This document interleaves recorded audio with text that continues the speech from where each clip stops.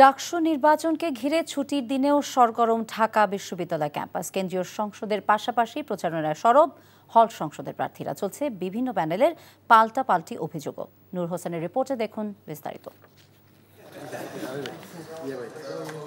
Leaflet হাতে ভোটারদের কাছে ডাকসু নির্বাচনের প্রার্থীরা ভোট চাওয়ার পাশাপাশি দিচ্ছেন নানা প্রতিশ্রুতি। কেন্দ্রীয় সংসদের পাশাপাশি দিনভর প্রচারণায় ব্যস্ত সময় পার করছেন হল সংসদের প্রার্থীরা। আমরা দল মত ধর্ম বর্ণ নির্বিশেষে আমরা সবাই ভাই, আমরা সবাই শিক্ষার্থী।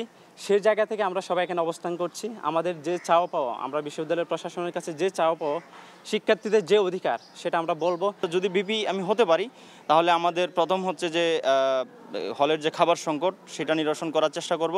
তারপরে হলের আপনারা জানেন যে অনেক বেশি অ্যালটমেন্ট দেওয়ার কারণে একটা তীব্র সিট সংকট এখনও রয়ে গিয়েছে। কম্পিউটার প্রশিক্ষণ, ফ্রিল্যান্সিং এবং পার্ট টাইম জবের জন্য আমি কার্যকর পদক্ষেপ নিব। যারা তরুণ উদ্যোক্তা থাকবে তাদের জন্য প্রশিক্ষণ এবং সেমিনারের ব্যবস্থা করব। সাথে সাথে বিভিন্ন এনজিও এবং কোম্পানির থেকে আমি তাদের জন্য বিনিয়োগ আনতে কাজ করব। নির্বাচন যত ঘনিয়ে আসছে ততই একে অপরের বিরুদ্ধে অভিযোগের তীর ছুটছেন বিভিন্ন প্যানেলের প্রার্থীরা। আমাদের ঐক্যবদ্ধ শিক্ষার্থীদের রেসপন্স দেখে অনেকে তারা আমাদেরকে মোকাবেলা করতে না পেরে বিভিন্নভাবে বিষোদ্গার করছে। তারা শিক্ষার্থীদেরকে নিয়ে তাদের কি ভাবনা সেটা তারা পেশ করছে না, বরং ঐক্যবদ্ধ শিক্ষার্থী জোটকে কীভাবে ঠেকানো যায় এটা নিয়ে তারা ব্যস্ত।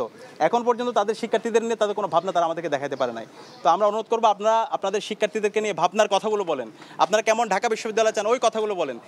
যে পেজগুলো সম্পর্কে আমরা অভিযোগ দিয়ে আসছি, যেগুলোতে অনবরত মিস ইনফরমেশন, ডিসইনফরমেশন ছড়িয়ে বিভিন্ন প্রার্থীদের সম্পর্কে প্রপাগান্ডা ছড়ানো হচ্ছে, এই সম্পর্কে যে অভিযোগ দিয়ে এসেছি সেটা সম্পর্কে এখনো কোনো সুরাহা আমরা পাইনি। ছাত্র দলের জিএস ক্যান্ডিডেট তানদিবারি হামিম তিনি কিন্তু সকল ধরনের যে রুলস রেগুলেশন সব কিছু ব্রেক করেছেন।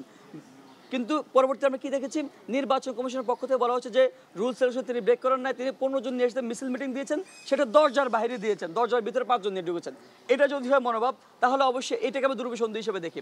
তবে বরাবরের মতোই সর্বোচ্চ নিরপেক্ষতা বজায় রাখার আশ্বাস দিচ্ছে বিশ্ববিদ্যালয় প্রশাসন।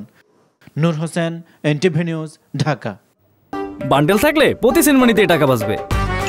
বিকাশ সেনমানি বান্ডেল কিনে জিতুন প্রতি লেনদেনে।